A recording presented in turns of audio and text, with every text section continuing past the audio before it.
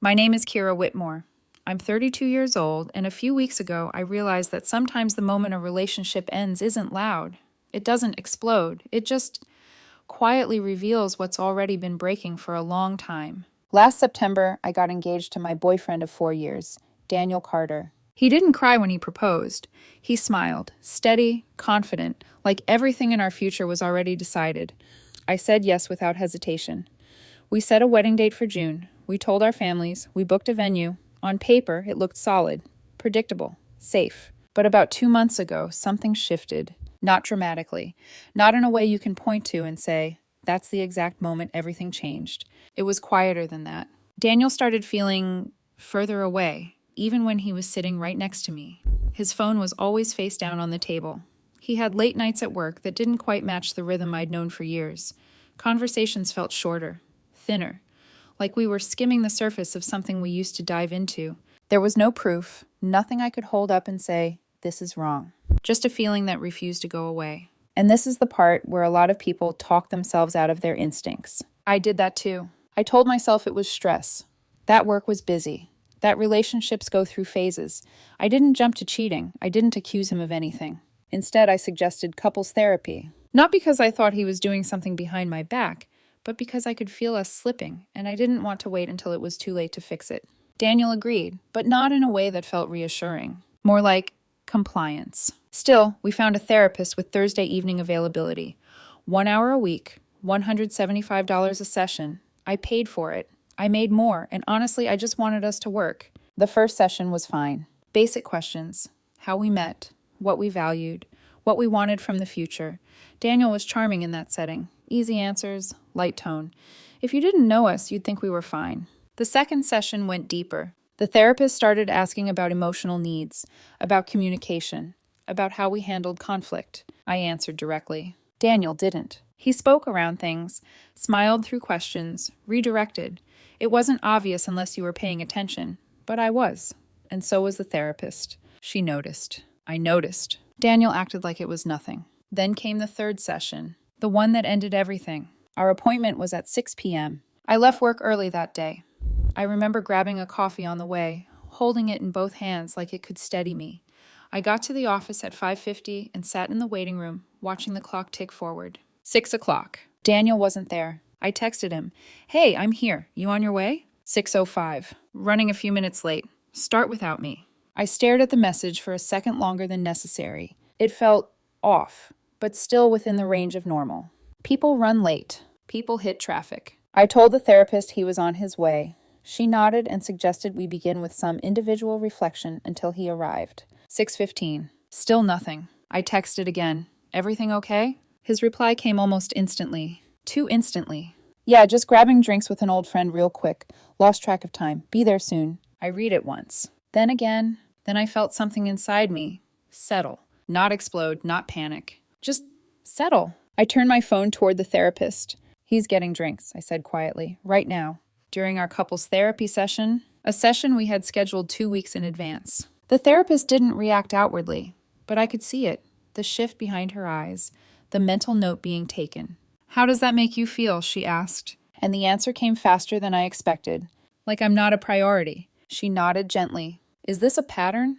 And that's when everything clicked. Because it wasn't just this. It was the dinners he canceled because a coworker needed to vent. The birthday party he showed up late to because he ran into someone. The vacation planning he kept postponing because he was too busy. And yet, somehow, he always had time for everything else. Sometimes the problem isn't one big betrayal. Sometimes it's a message repeated so consistently, so quietly, that you stop questioning it. Your time matters less. For the next 45 minutes, I sat there alone, talking through a relationship that suddenly felt very different from the one I thought I was in. The therapist called it a productive individual session. We talked about expectations, about patterns, about what I thought I had versus what I was actually living with. And somewhere in that conversation, something shifted inside me. Not anger, clarity. At 6:58 p.m., 2 minutes before the session ended, the door opened. Daniel walked in. He looked slightly flushed, his hair a little out of place. There was a faint smell of alcohol when he got close enough. Hey, he said casually. Sorry, traffic was insane. Did I miss much? I looked at him, then at the clock, then back at him. And for the first time in a long time, I didn't feel the need to explain myself. "The session's over," I said. He blinked like he hadn't heard me correctly. "What?" Daniel glanced at the clock, then back at me. "No, we still have time. It ends at 7. "You're 2 minutes early," I said calmly, "for a 6 o'clock appointment." There was a pause, just long enough for the truth to sit between us. Then he gave a short laugh, like he could smooth it over if he kept things light. "Okay, drama queen. I was a little late. It's not a big deal." The therapist spoke before I could respond. Her voice was gentle, professional. She said we had used the time productively and that we could continue next session. "Continue what?" Daniel asked, frowning slightly. "What dynamic?" His eyes shifted to me. "What did you tell her?" I held his gaze. "That you chose drinks with someone over showing up here." "It wasn't like that," he said quickly. "You texted me," I replied. "You said you were getting drinks." "I ran into someone," he said. "It wasn't planned." "With who?" I asked. He hesitated. "Just for a second." But it was enough. "An old friend," he said finally. "A woman?" I asked. His expression flickered, then hardened slightly. "Why does that matter?" "Because you didn't say her name. Because you didn't say her gender. Because you didn't think I deserved that much clarity." "I'm trying to understand why you skipped therapy," I said, still calm, still steady. "The 1 hour a week we agreed was important." "You're making it sound worse than it is," he said. "It was one time." The therapist excused herself then, giving us space. The door clicked shut behind her, and the second it did, Daniel's tone shifted. "Why, you're overreacting," he said, crossing his arms. "I said I was sorry."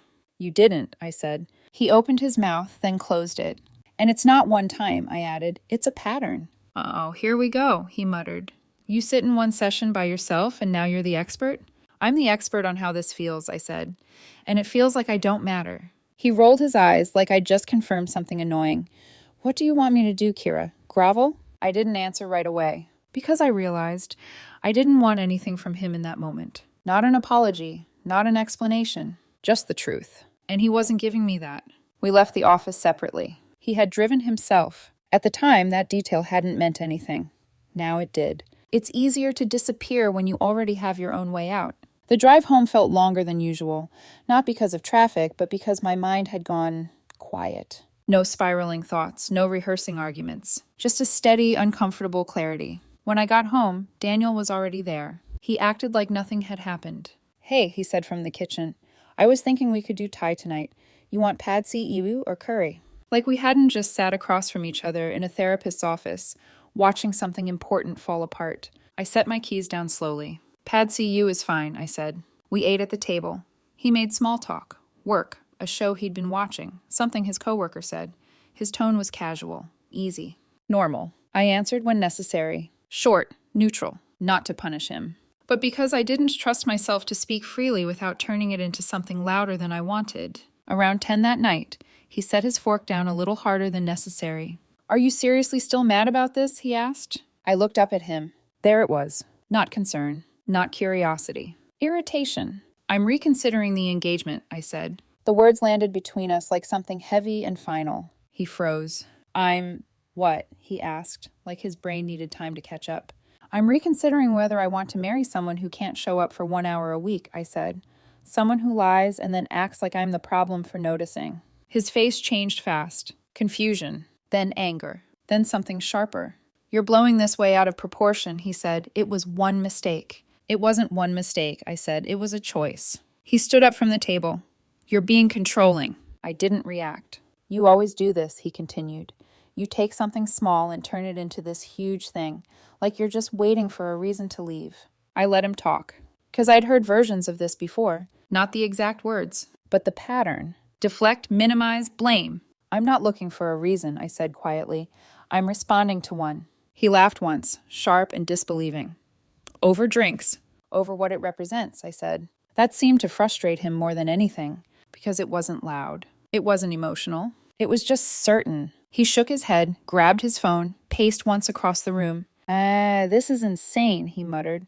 "All couples have issues, and you're ready to throw away 4 years over something like this?" I didn't answer, because the truth was, I wasn't reacting to just tonight. I was reacting to everything that led up to it. "I need time to think," I said instead. He stopped pacing. "So what, you're just going to shut down now?"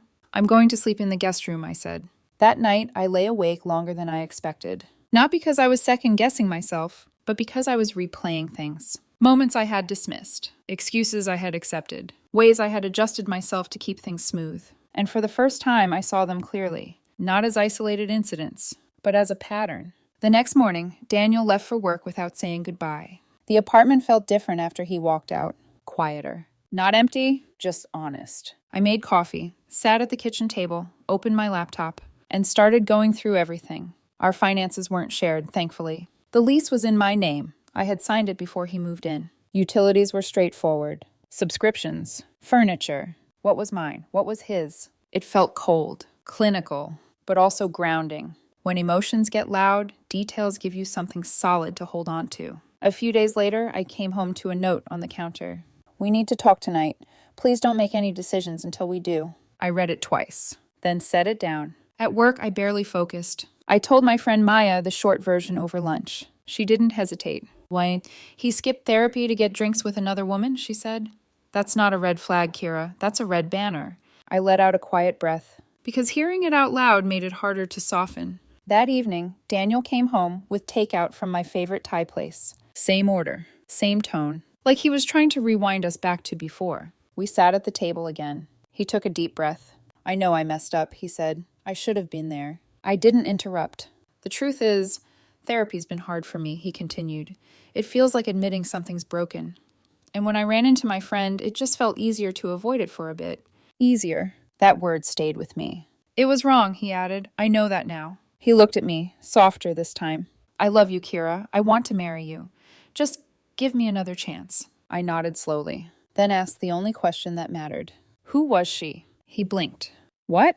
"The woman you had drinks with," I said. "What's her name?" His posture shifted almost immediately. "It doesn't matter," he said. "It does to me." "Why?" he asked, defensive again. "Why are you turning this into an interrogation?"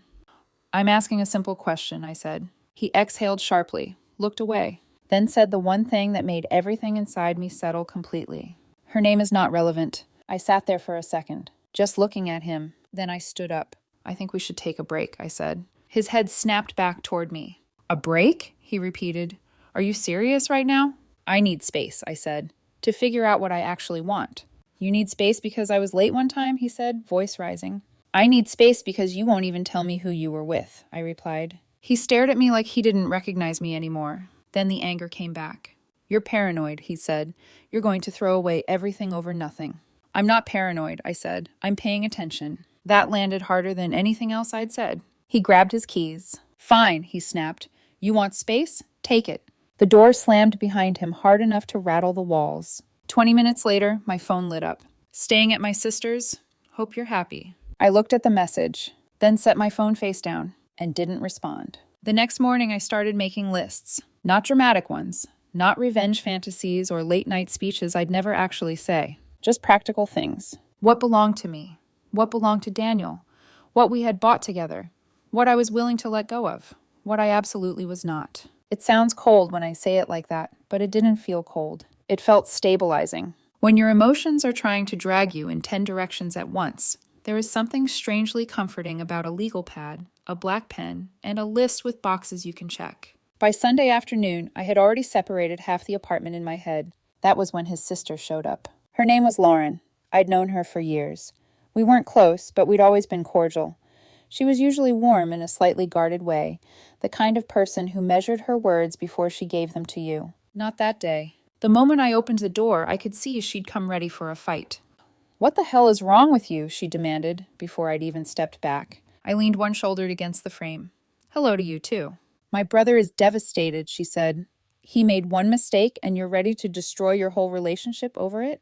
There it was. The version he'd told. Trimmed down, softened, made harmless. I asked, "Did he tell you what the mistake was?" "He said he was late to therapy," she replied. "That's it." I looked at her for a second. Then I said, "He skipped therapy to get drinks with a woman he wouldn't name." Lauren's expression changed, just slightly, but I saw it. The first crack. "What do you mean wouldn't name?" she asked. I asked who she was, I said. He refused to tell me. She stared at me a second longer, and something flickered behind her eyes. Not agreement yet. Not apology. Doubt. Like a small seed finally hitting soil. "He didn't mention that part," she said. "I know," I replied. Her shoulders dropped a little.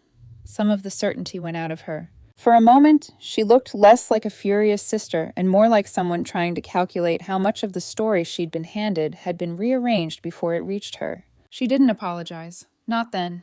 But when she left, she wasn't angry in the same way. And that mattered. The next day, Daniel texted me. "We need to talk face to face. Can I come over tonight?" I stared at the message for a long time before replying yes. Not because I wanted reconciliation, because I wanted the truth as cleanly as I was going to get it. He arrived at 6 on the dot, which almost would have been funny if any of this had been funny at all. He looked tired. Not heartbroken. Not ruined. Just tired. Like this whole thing had become inconvenient in a way he hadn't expected. "I owe you an explanation," he said the second he stepped inside. I closed the door behind him. "Okay." He stood in the middle of the living room for a second, like he was rehearsing which version of himself he wanted to use. Then he took a breath. "The woman I got drinks with," he said carefully. "Her name is Vanessa." I said nothing. He went on. "We dated briefly in college. It wasn't serious. 4 dates, maybe. It was nothing."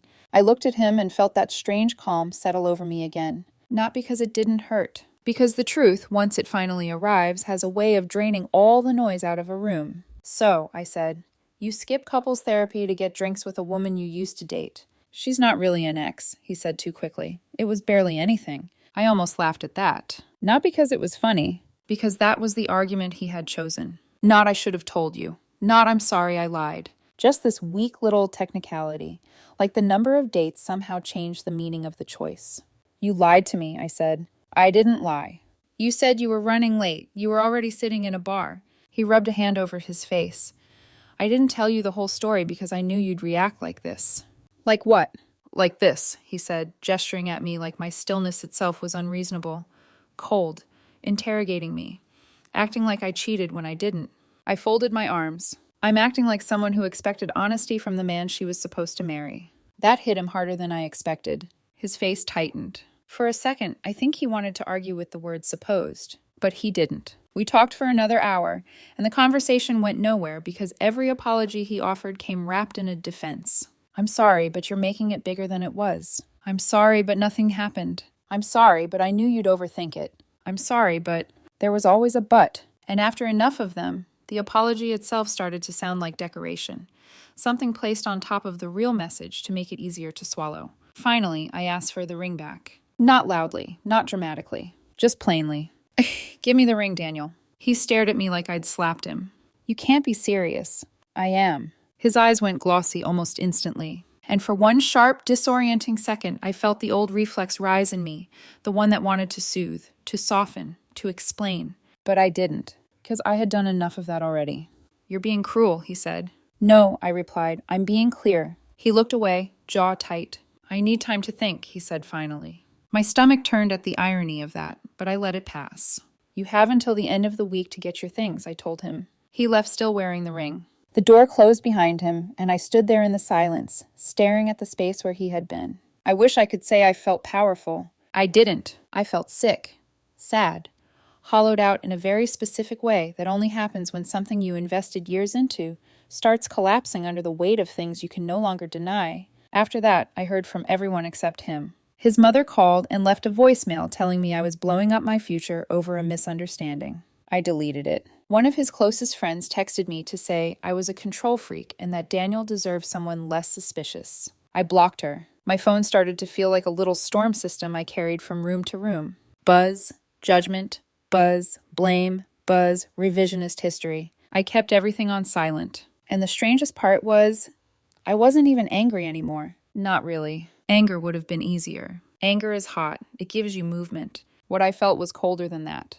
Grief, maybe. And relief. Because as much as this hurt, there was also a quiet part of me that knew the therapist's office had only exposed something that had been true for a long time. Daniel being late wasn't the problem. Daniel being late and acting like it meant nothing was the problem. A few days later, things sped up again. I came home from work and saw his car in the parking lot. I stopped walking before I even realized I had. He still had a key. I had been meaning to deal with that, but some naive part of me had kept hoping we could get through this last stretch without turning it ugly. That was on me. When I opened the apartment door, Daniel was sitting on my couch. And he wasn't alone. There was a woman next to him. Dark hair, tailored coat, nervous posture, pretty in a polished, careful way.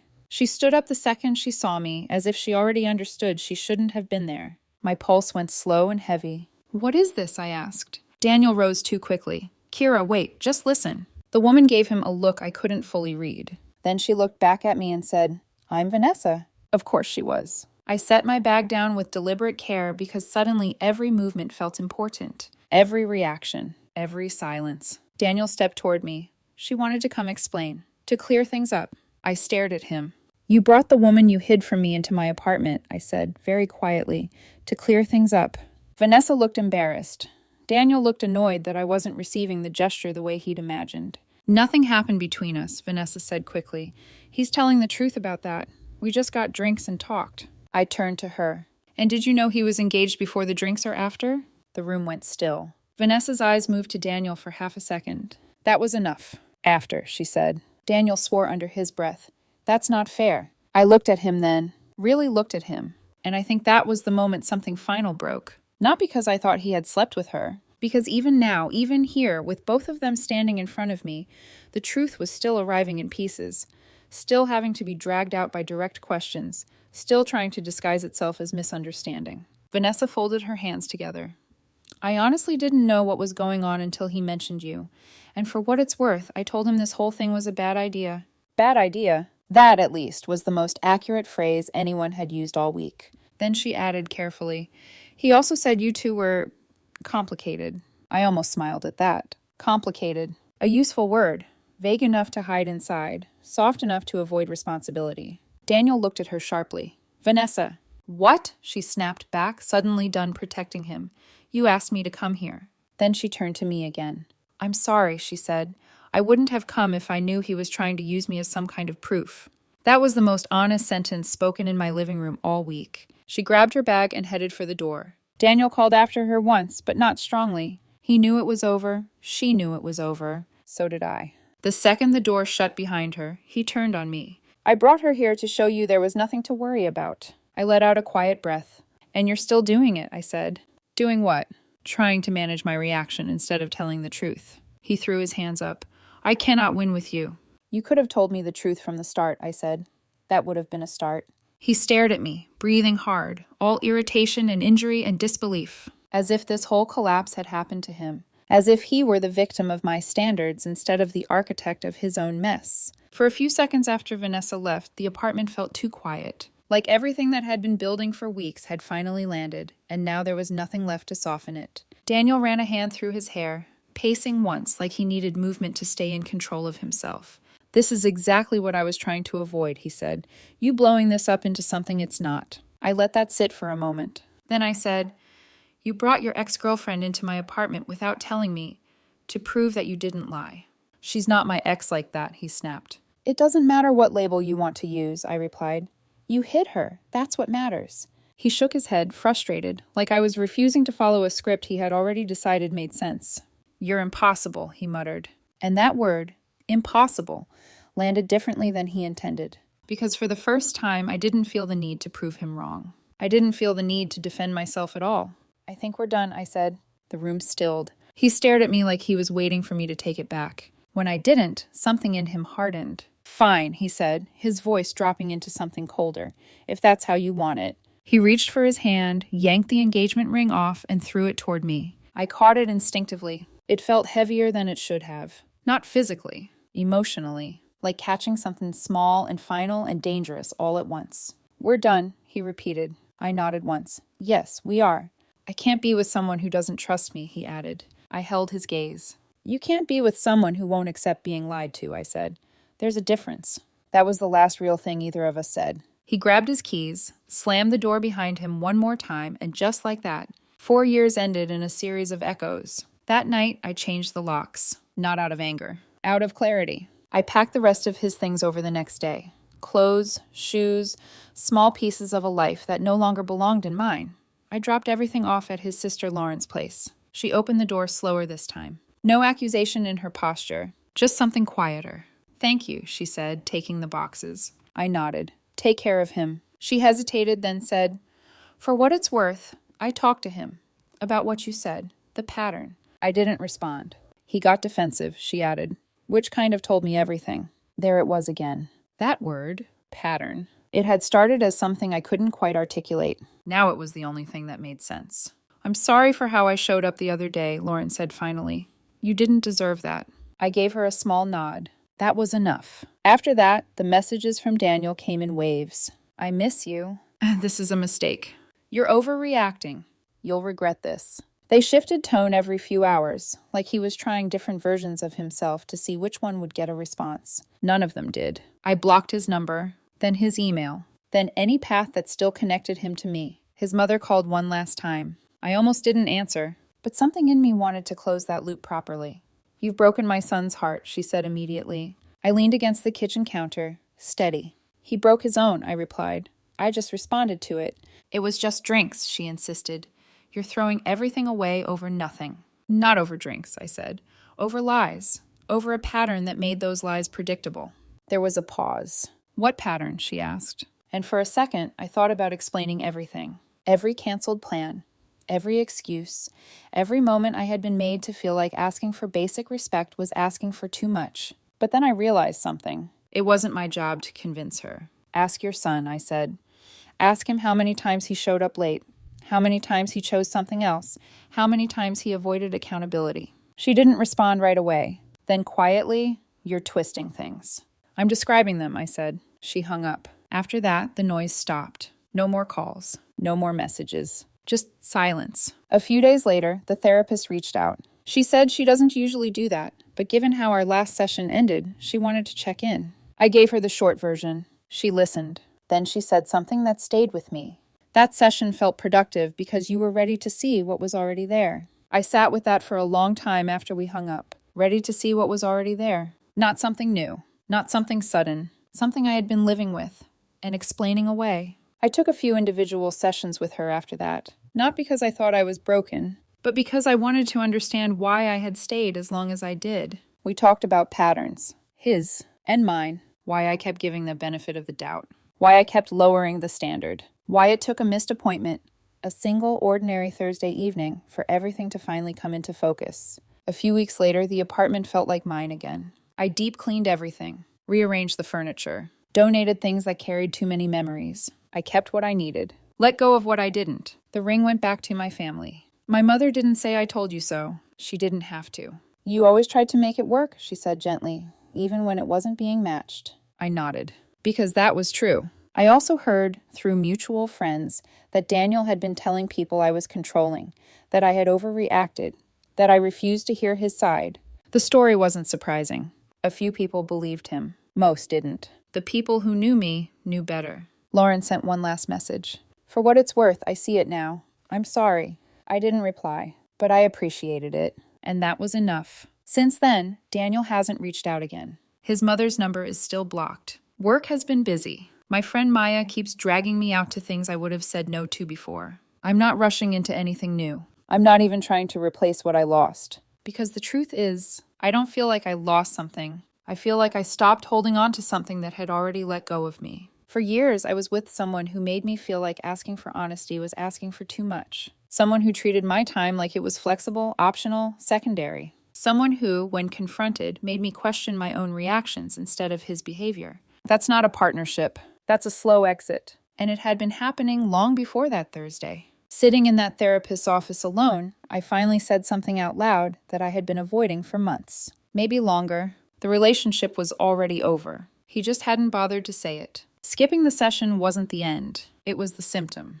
The end had been unfolding quietly, every time he chose something else over showing up for us. I'm glad I finally saw it. Even if it took losing what I thought I had to understand what I actually did. So now I carry a few things with me. If someone can't show up for the conversation meant to fix the relationship, they're not serious about fixing it. If someone hides simple details, it's usually because the truth isn't simple. If every hard question turns into you being too much, that's not communication. That's deflection. Trust isn't something you demand. It's something built again and again through consistent actions. And if you feel like an option instead of a priority, pay attention to that feeling. It's usually right. So if you were sitting where I was that night, across from someone who said they loved you, but couldn't show up for 1 hour that mattered, what would you have done? Would you have stayed and tried to fix it? Or would you have finally listened when everything became clear?